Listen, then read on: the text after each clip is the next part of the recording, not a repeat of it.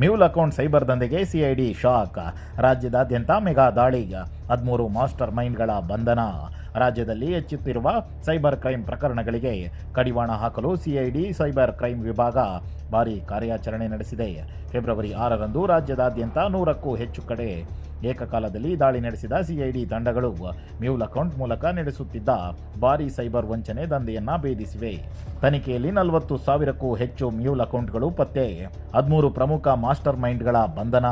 ಅಮಾಯಕ ಜನರ ಬ್ಯಾಂಕ್ ಖಾತೆ, ಎಟಿಎಂ ಕಾರ್ಡ್ ಮತ್ತು ಖಾತೆಗಳ ವಿವರಗಳನ್ನು ಹಣಕ್ಕಾಗಿ ಪಡೆದು ಸೈಬರ್ ವಂಚಕರಿಗೆ ಒದಗಿಸಲಾಗುತ್ತಿತ್ತು.